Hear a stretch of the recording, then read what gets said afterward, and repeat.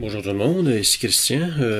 Aujourd'hui, on va voir comment pouvoir souffler nos nuages à travers nos captures de SHO. Donc, pour débuter, je vais cliquer à droite de mon bureau pour me créer un conteneur d'images. Je vais réinitialiser le tout. Donc ici, le petit symbole de chemisier brun, on peut aller chercher des fichiers, mais à la droite, on peut aller chercher des vues qui sont mes trois fichiers qui sont complètement à la droite, SI, HA et O3. Je les active pour avoir mon conteneur d'images. Par la suite, je vais aller dans procédés, tous les procédés, pour me chercher un conteneur de procédés. Je vais réinitialiser ici également. Après avoir fait quelques tests, moi j'utilise Gradient Correction de PixInsight que j'adore. Donc ici, je vais avoir la convergence automatique avec les valeurs par défaut, le modèle simplifié niveau 1, et je l'applique à la racine de mon conteneur de procédés. Je rajoute Blur Exterminator et je diminue les valeurs à 0.20 parce qu'on travaille notre image couleur, on ne travaille pas notre luminance. Donc je veux garder un certain halo avec les étoiles. Je l'ajoute comme deuxième étape à mon conteneur de procédés. Noise Exterminator à 0.80, 0.15. Il s'ajoute au tout. Et Star Exterminator pour générer mes étoiles. Et par la suite, je vais me créer un clone ici concernant le HA, qui est ma couche la plus lumineuse. Je vais réduire mes conteneurs quelques secondes pour avoir une meilleure vision de mon ensemble. Je vais ouvrir mon fichier d'hydrogène alpha, où il y a le plus de nuages, la couche la plus forte. Je me crée un clone que je vais utiliser dans un des procédés, parce qu'on vous allez voir dans quelques secondes la raison pour laquelle je le fais. Si je viens ici et que je rappelle mes conteneurs, maintenant je veux utiliser le Linear Fit, mais je ne peux pas prendre une couche sur elle-même. Ma base c'est hydrogène alpha, mais je ne peux pas appliquer Linear Fit sur lui-même, donc je vais prendre le clone comme étant ma référence, que l'on voit ici, et on va pouvoir l'appliquer à l'hydrogène alpha, il n'y aura aucun changement. Il va y avoir un calcul de fait pour O3, il va y avoir un calcul de fait pour S2. C'est ce que j'applique en dernier recours. Je prends mon icône de nouvelle instance du conteneur d'image, je l'applique au conteneur de procédés et je laisse l'ordinateur faire ses calculs. Je vous reviens dès que c'est terminé. J'en ai pour quelques minutes. Et voilà, c'est terminé. Le procédé a pris quand même 2 minutes, 2 secondes dans mon cas. Donc je vais réinitialiser les conteneurs, j'en ai plus besoin. Je vais le fermer, même chose pour le conteneur d'image. Je réinitialise, je le ferme. J'ai mes étoiles en S2, en O3 et en HA que je vais déplacer vers la droite de mon espace de travail. Je vais aligner le tout. Je vais ouvrir HA. Vous voyez, je n'ai plus d'étoiles et je n'ai pas vraiment de changement avec mon image. S2, lui, il y a eu quand même un changement. Il a été soufflé pour avoir la même intensité que HA. J'ai la même chose concernant O3. Je l'ai soufflé pour avoir une normalisation avec le HA. Donc ici, je vais fermer mes images pour faire ma combinaison Hubble en SHO. J'ai déjà les bons noms de fichiers, S2, HA et O3. J'applique le tout. Je vais changer le nom de mon image. SHO. Je vais agrandir au maximum de mon espace de travail. Je vais utiliser le STF en mode lié pour avoir une image assez verte. En mode non lié, pour une meilleure image un peu plus douce, je vais me servir du procédé Narrowband Normalization. Nous sommes avec une image SHO. Je vais activer l'aperçu en temps réel. Je veux souffler ou du moins utiliser la couche d'hydrogène alpha pour normaliser le tout, étant la couche la plus intéressante à mon point de vue.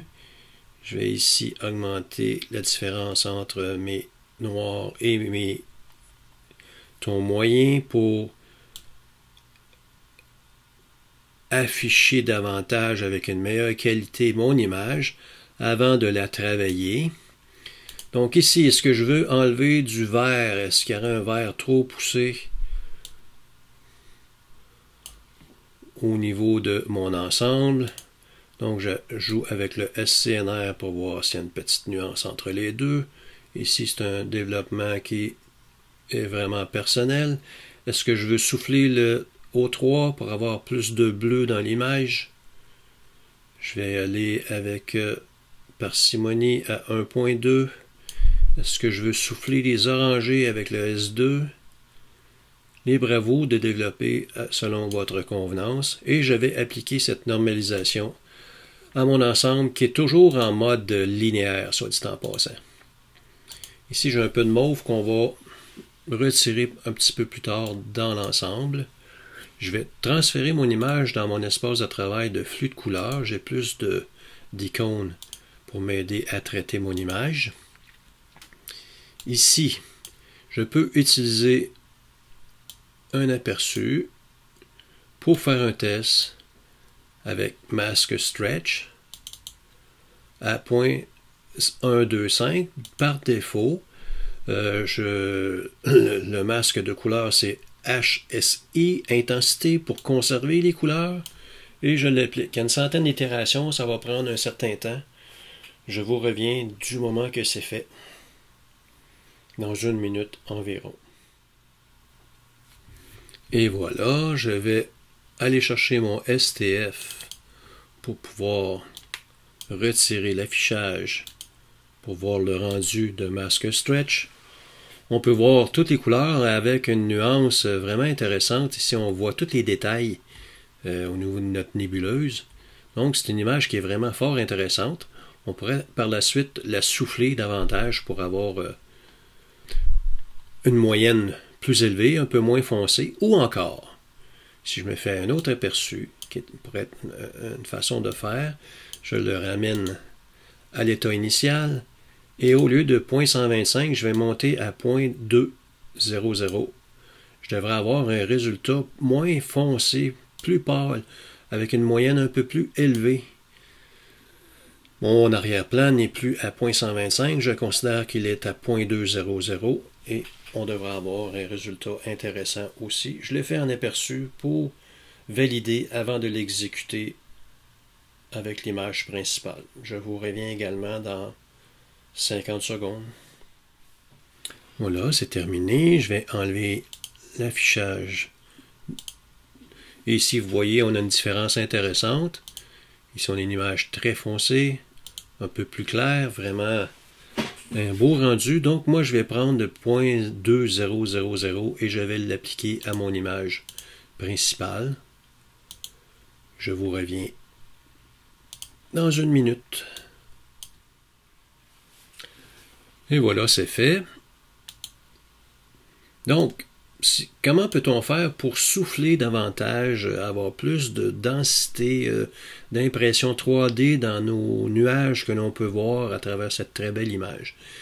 Je vais retourner au niveau des scripts, je vais descendre au niveau des utilités et Image Blend. Ceux qui ont suivi la série LRVB que j'ai fait dernièrement connaissent déjà ce procédé. On va prendre notre image SHO, que l'on va voir à l'écran d'aperçu. On va au niveau de l'image qui devrait faire la fusion, l'image blend et non pas l'image de base. On va rechercher la même image, SHO. Et ici, nous avons des filtres. Nous allons sélectionner le filtre iPass. Et on peut voir à l'écran à la droite qu'avec 3 pixels de différence, on ne voit pas beaucoup de relief entre les deux images. Donc, je vais déplacer mon paramètres pour avoir un essai à 100 pixels, disons, puis je vais attendre le résultat. On commence à voir une différence avec un ajout de relief intéressant utilisant la technique de Photoshop ou d'Affinity Photo avec le filtre High Pass. Je vais monter à 300 pixels pour voir le rendu, 340. On voit ici qu'il y a une nuance vraiment intéressante. On peut commencer à avoir des nuances en 3D qui sont fort intéressantes. Mais l'image est un peu délavée. Donc, dans le bas complètement pour les paramètres de mélange, on peut essayer avec Multiply pour avoir une image très foncée. Ce n'est pas vraiment ce qui nous intéresse. On peut aller voir les modes de contraste de Photoshop, d'Affinity Photo, le mode incrustation, Overlay en anglais, pour nous donner un autre impact de notre image. On voit très bien une profondeur fort intéressante ici. Si je prends la lumière tamisée, le Soft Light, on a un contraste un peu moins prononcé, mais d'un rendu vraiment fort appréciable. Et on a la possibilité de changer l'opacité avec nos paramètres d'ajustement. On peut descendre à 20%, à 25% pour voir le rendu à la droite. On peut le monter à 50%. Ici, c'est une décision artistique qui vous appartient à vous. Et vous avez une multitude de choix pour pouvoir fusionner ou créer une nouvelle image. Je vais me rendre à 75% à peu près. On a le rendu à la droite.